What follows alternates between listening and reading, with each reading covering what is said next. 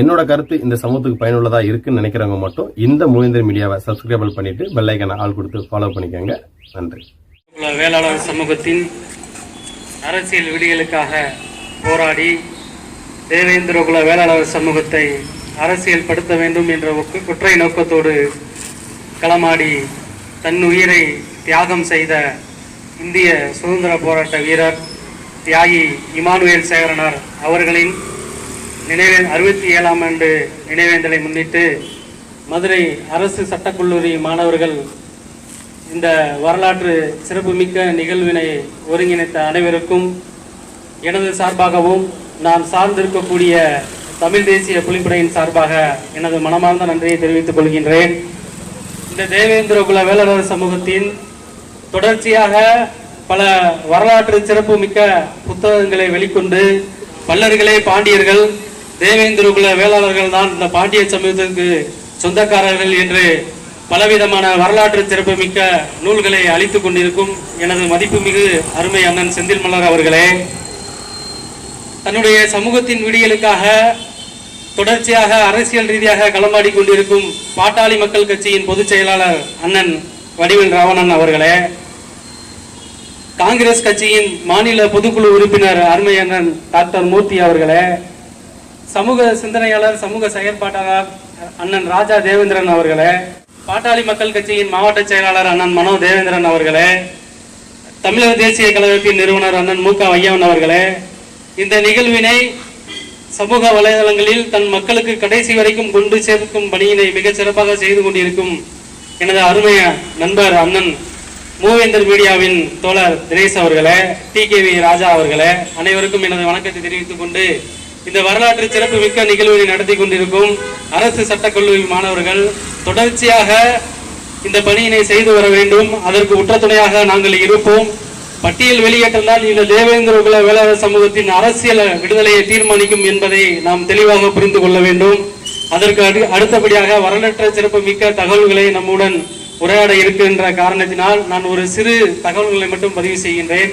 Russia எழுத்தாளர் ஆண்டன் சகாவ் அவர்கள் ஒரு கட்டுரையில சொல்றாங்க, தன்னுடைய சொந்த நிலத்தில் பூர்வக்குடி மக்கள் தொடர்ச்சியாக வீழ்வதற்கான காரணங்கள் என்னன்னு பார்த்தா, தொடர்ச்சியாக அந்த மக்கள் அரசியல் அதிகாரத்துக்கு அப்பாற்பட்டு அரசியல் சிந்தனைக்கு அப்பாற்பட்டு தொடர்ச்சியாக உழைக்கக்கூடிய மக்களாகவே இருக்கக்கூடிய நிலையை ஆளும் ஆட்சியாளர்களும் அதிகாரங்களும் தீர்மானிக்கின்றன. அதனால் தனக்குரிய அந்த சமூக விடுதலை போராட்டங்களை அவர்களால் தீர்மானிக்க முடியாமல் அந்த மக்களிடையே சரியான உரையாடல் இல்லாமல் போவதுதான் தொடர்ச்சியாக அந்த மண்ணின் பூர்வக்குடி மக்கள் தொடர்ச்சியாக அடிமைப்படுத்தப்படுகிறார்கள். தொடர்ச்சியாக அரசியல் அதிகாரத்திற்கு அப்பாற்பட்டு நிற்க வேண்டிய சூழல் ஏற்படுகிறது. அதனால் நம்முடைய இளைஞர்கள் மாணவர்கள் அனைவரும் நம் சமூகத்தினிடையே ஒரு சிறந்த சமூக விடுதலைக்கான உரையாடலை நாம் தொடர்ந்து உரையாட வேண்டும். பட்டியல் வெளியேற்றத்தின் அவசியத்தை நம் மக்களிடையே தெளிவுபடுத்தி பட்டியல் வெளியேற்றம் தான் இங்கு அனைத்து விதமான பிரச்சனைக்கும் சமூக விடுதலைக்கும் அரசியல் அதிகாரத்தை வென்றெடுப்பதற்கு ஒரு ஊன்றுகோலாக இருக்கும் என்று கூறி வாய்ப்புக்கு விடைகூறி நன்றி விடைபெறுகிறேன். நன்றி, வணக்கம். பாரத வீரமங்கை வடிமல்லத்தி மகளிர் அதிகார அமைப்பு தலைவி அக்கா போதிலட்சுமி அவர்கள் உரையாற்றுவார்.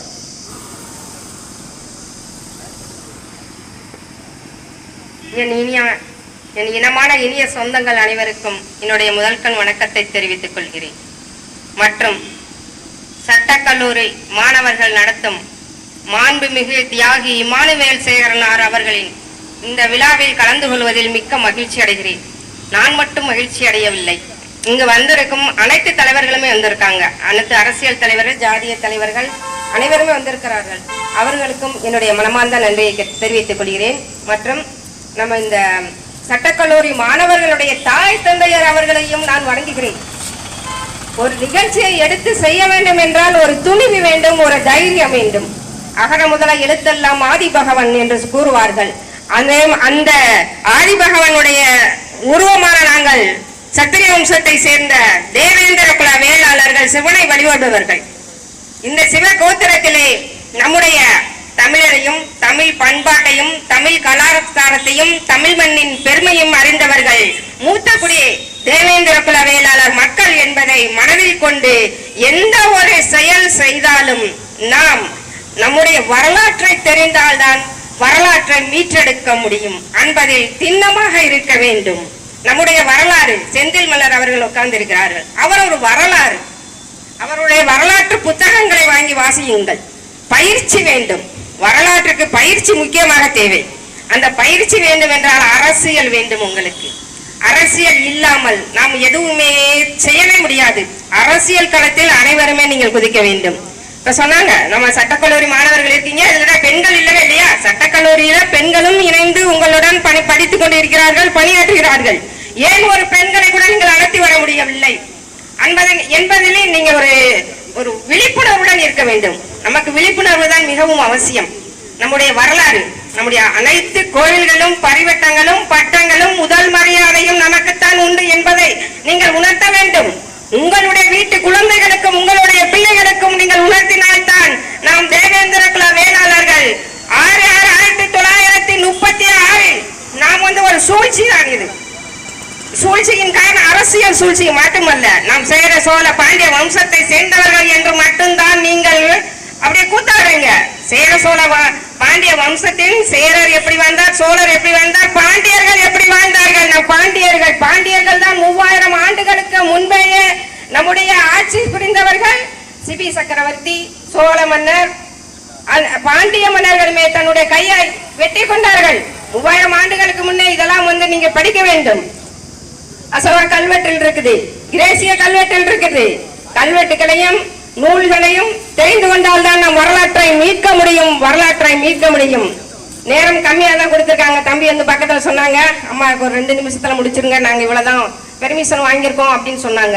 அப்ப அந்த நிகழ்வை நீங்களும் பேச வேண்டும். இந்த நிகழ்ச்சியை நீங்கள் நடத்துகிறீர்கள் என்றால் நம்முடைய வரலாறு என்ன, நம்முடைய பண்பாடு என்ன என்பதை நீங்கள் அறிய வேண்டும்.